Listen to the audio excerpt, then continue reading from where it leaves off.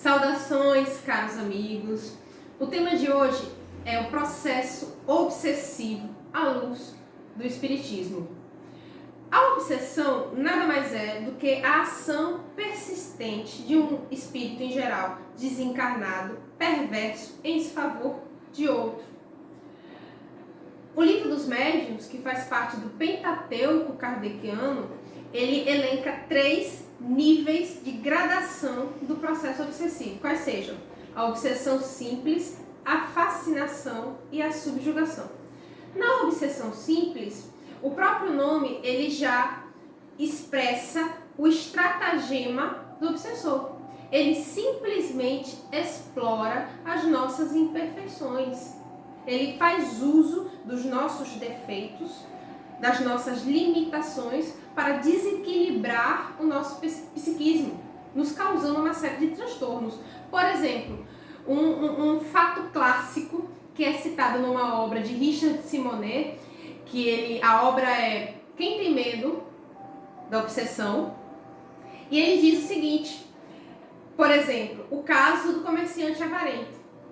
O indivíduo ele desenvolve as suas atividades no seu comércio, ao longo do dia faz suas vendas, suas tratativas, termina o expediente, fecha todas as janelas, as portas, ativa o sistema de alarme, faz a contagem das entradas e saídas no caixa. Então, quando ele está se dirigindo para o carro, depois de fechar a última porta, ele é assediado por um pensamento. Mas será que eu contei corretamente as entradas? Será que eu verifiquei direito o que entrou no caixa? Aí ele volta para o comércio, faz a recontagem dos valores que ele deixou em casa, volta para o carro. Aí no dia seguinte, quando ele está se aproximando, ele está saindo novamente do estabelecimento, ele se atormenta pela ideia de ter fechado as janelas ou não, aí volta para verificar. A tal ponto que chega um momento que ele passa a dormir no comércio com medo de ser furtado.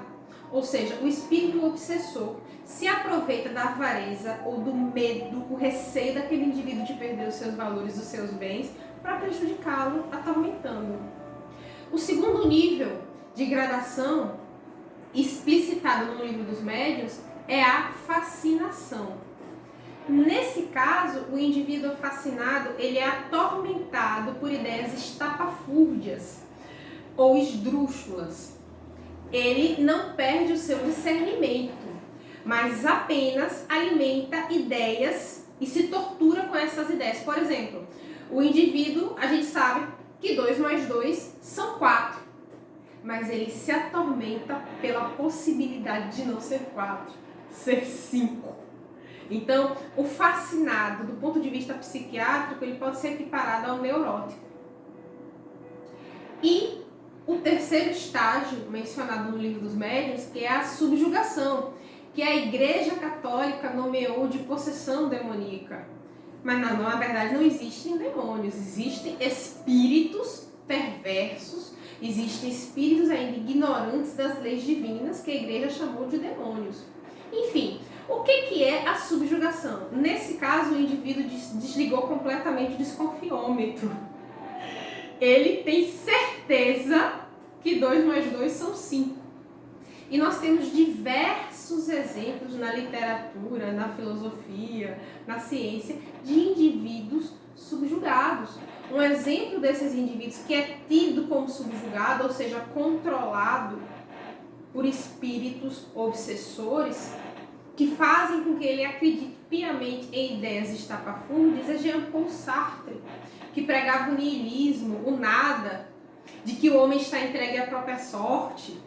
Outro exemplo clássico de indivíduo subjugado poderia ser dito como Friedrich Nietzsche. Nietzsche, por suas ideias de super-homem, que desprezava completamente a ética cristã, foi um dos grandes inspiradores do ideário nazista. Um outro exemplo clássico de indivíduo subjugado poderia ser dado como Arthur Schopenhauer, que ele dizia que o homem deveria suprimir o seu desejo de viver para se libertar do sofrimento. Esse induziu milhares de pessoas ao suicídio. Ou seja, nesse caso, no caso da subjugação, ele pode ser enquadrado em termos psiquiátricos como um indivíduo psicótico, ele acredita piamente, cegamente nessas ideias estapafúrdias. Mas dentro desses 3 níveis de gradação dos processos obsessivos, há as suas diversas expressões ou modalidades. Por exemplo, que é o processo obsessivo de encarnado para encarnado. Como, Stephanie? Quer dizer que o encarnado pode obsidiar outro encarnado? Pode. E como isso acontece no nosso cotidiano? A obsessão ou a dominação deletéria de um encarnado sobre outro se dá, por exemplo, no âmbito do casamento, quando o marido ou a esposa controla, dirige os passos do seu parceiro para satisfazer os seus anseios de dominação, os seus desejos pessoais. Há o caso, por exemplo, dos pais ou da mãe ou do pai que dirige, quer controlar os passos do filho. Ao amigo que domina o outro amigo com as suas ideias para que ele siga as suas diretrizes, que suplanta a vontade e o desejo do outro. Isso é natural, faz parte da nossa rotina, a gente vê isso no âmbito familiar. Há também o processo obsessivo de desencarnado para desencarnado. É exatamente a mesma coisa que se dá, no entanto, na erraticidade entre 2 indivíduos que já estão no plano espiritual. Precisamente no umbral. Eu sei que a comunidade espírita mais ortodoxa pode me criticar por esse comentário, mas um dos grandes médiuns que relata em suas obras essa modalidade de processo obsessivo é Robson Pinheiro. E ele fala bastante das organizações umbralinas, ou seja, são as entidades sediadas no umbral, controladas, dirigidas por espíritos extremamente perversos e dotados de grande inteligência que suplantam outros espíritos. Eu também já tive a oportunidade de falar sobre esse tema no meu primeiro romance, Dor e Redenção. E é um fato. Da mesma forma que entre encarnados as pessoas criam as suas entidades de acordo com a sua afinidade pessoal, seus interesses em comuns, há indivíduos na espiritualidade que também fundam tais entidades com propósitos deletérios, e essas entidades geralmente são governadas, dirigidas por outros indivíduos desencarnados extremamente inteligentes que suplantam os demais para que eles satisfaçam os anseios desse indivíduo mais inteligente, mais perverso. Então, a obsessão de desencarnado para desencarnado é um fato comum. Há também o processo obsessivo de encarnado para desencarnado, também bastante rotineiro. Vejamos o seguinte caso do dia a dia. Quando há a perda de um ente querido, o indivíduo desencarna, vai vivenciar essa nova etapa existencial no plano espiritual. Ele precisa de tranquilidade e paz, ele precisa de lucidez para desenvolver esse momento, essa nova jornada, por assim dizer. E, no entanto, ele não consegue fazer isso porque está vinculado ao indivíduo encarnado, que sofre essa perda de maneira exacerbada e que fica alimentando aqueles pensamentos que nós conhecemos. Meu Deus, por que ele morreu? Por que ele me deixou? Eu gostava tanto dele, eu estou sentindo tanta falta. É tão injusto da parte da providência ter tirado do meu convívio a pessoa que eu amava. Então, esses pensamentos funcionam como verdadeiras invocações àquele espírito desencarnado que não consegue ter a paz necessária para vivenciar essa nova etapa existencial. Então, isso não deixa de ser um processo obsessivo, de encarnado para desencarnado. E há também, por exemplo, nas disputas de herança, aqueles herdeiros que não estão satisfeitos com o que receberam, deixaram de receber, que ficam ali alimentando sentimentos de ódio, de rancor, de mágoa, para aquele que desencarnou, e aquele que desencarnou se sente vinculado a esses indivíduos, pelos sentimentos deletérios que são alimentados. Então, essa é uma modalidade muito comum de processo obsessivo, de encarnado para desencarnado. E há também, por exemplo, que é a mais comum de todas, é a que mais se comenta, de desencarnado para encarnado, que é exatamente a mesma coisa. O indivíduo ele se vê ocultado pelo fato do encarnado, em geral, não perceber a sua presença e, muitas vezes, na maioria das vezes, para satisfazer um desejo de vingança alimentado ou criado por uma situação do pretérito, ele se utiliza da faculdade de não ser percebido pelo encarnado para prejudicá-lo. É a mais comum de todas. É a mais comentada na literatura. Há também o processo obsessivo simbiótico, ou obsessão mútua, que na verdade os dois indivíduos permutam vibrações deletérias. É a obsessão, é a perseguição recíproca. E isso acontece, por exemplo, entre indivíduos que alimentam uma paixão obsessiva, muitas vezes existências a fio, ou ódio recíproco, estão vinculados e se prejudicando mutuamente. Há um filme muito antigo que retrata um fato verídico ocorrido no início do século passado, chamado Império dos Sentidos. Esse filme retrata a relação ou processo obsessivo simbiótico entre dois indivíduos apaixonados, excessivamente apaixonados, e eles deixam de ter convívio social, abandonam suas famílias e passam 24 horas o tempo todo trancados no quarto, até o momento em que, num acesso de loucura, a mulher assassina o homem. Mas assim, é um comentário que eu faço, é um exemplo que eu cito, que retrata bastante esse processo obsessivo de natureza simbiótica. Há também a auto-obsessão. E a gente vê isso muito nos consultórios médicos. São aqueles indivíduos que alimentam, por exemplo, moléstias fantasmas. Quem não conhece alguém que de repente tem uma dor de cabeça, aí vai lá no Google, pesquisa sintomas de acidente vascular cerebral, derrame, tumor cerebral, aí vai no médico, pede um monte de exames, faz um monte de exames, maquina na sua cabeça, elabora uma série de razões para aquela simples dor de cabeça que pode ser apenas uma enxaqueca. Então, na verdade, esse indivíduo portador de moléstias fantasmas, por exemplo, que povoam os consultórios médicos, são indivíduos que promovem uma auto-obsessão. Nem há a influência de espíritos desencarnados. Mas ele próprio é o seu obsessor. Tanto que já disse Kardec, o homem não raramente é o obsessor de si mesmo. Agora, o que predispõe ao processo obsessivo? As nossas imperfeições, os nossos defeitos, as nossas limitações, o nosso padrão vibratório, os pensamentos que alimentamos, a nossa conduta.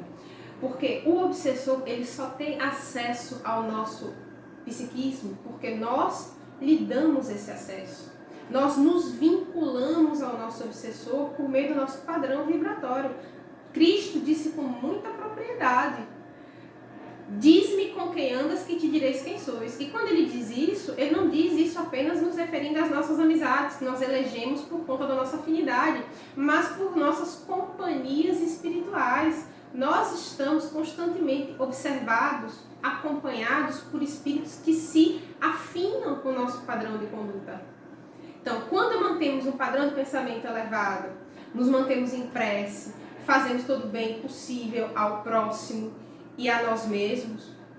Então, esse padrão vibratório vai nos relacionar com espíritos no mesmo patamar. Agora, se somos pessoas que mantemos uma conduta rasteira, padrão de pensamentos equivocados, conduta iníqua, nós estaremos vinculados a espíritos dessa natureza que nos obsidiarão. É natural. Quem de nós, na nossa extensa biografia reencarnatória, não figurou na posição de obsessor ou de obsidiado?